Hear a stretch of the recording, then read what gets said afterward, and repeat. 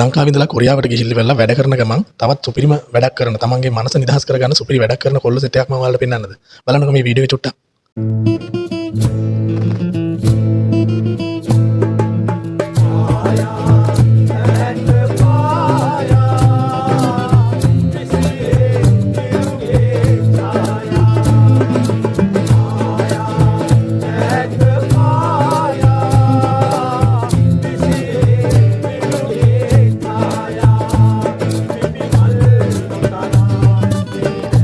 මේ වීඩියෝ එක දැක්කේ සෝෂල් මීඩියා එකෙන්.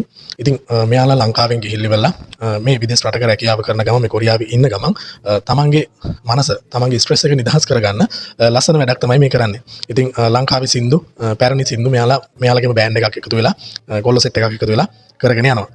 ඉතින් මේ වීඩියෝ එක මම ඔයාලට පෙන්වන්නේ වෙන දෙයකට නෙවෙයි. ඉතින් ඔයාලත් මොකක් හරි පිටරටක ගිහිල්ලා වැඩ කරන කෙනෙක් නම් පිටරට රැකියාවක් කරන කෙනෙක් නම් ඔයාලට ප්‍රශ්න තියෙන්න පුළුවන්. හැබැයි ඔළුව වල මේ ප්‍රශ්න හැම වෙලෙම තියාගෙන ඉන්න බෑනේ. ඉතින් ඒක නිසා මෙන්න මේ වගේ පේජ් එකක් ඔයාලා ෆලෝ කරලා තියාගන්න. අනිවාර්යෙන් ඔයාලට වැදගත් වෙයි. මොකක් හරි ප්‍රශ්නයක් තියෙන වෙලාවට ඔයාලට පොඩ්ඩක් නිදහසේ ඉන්න ඕනේ වෙලාවට මේ වගේ පේජ් එකකට එකතු වෙලා හිටියොත් එimhe ඔයාලට මේකේ තියෙන يعني මේ වගේ තියෙන ලස්සන සින්දුවක් අහලි වෙලා තමන්ගේ මනස පොඩ්ඩක් නිදහස් කරගෙන ඉන්න පුළුවන්. අපි පිටරට යන්නේ මුදල් හොයන්න. ඉතින් ප්‍රශ්න තියාගෙන මේ දේවල් කරන්න අමාරුයි. අපේ මනස පොඩ්ඩක් රිලැක්ස් වෙන්න ඕනි.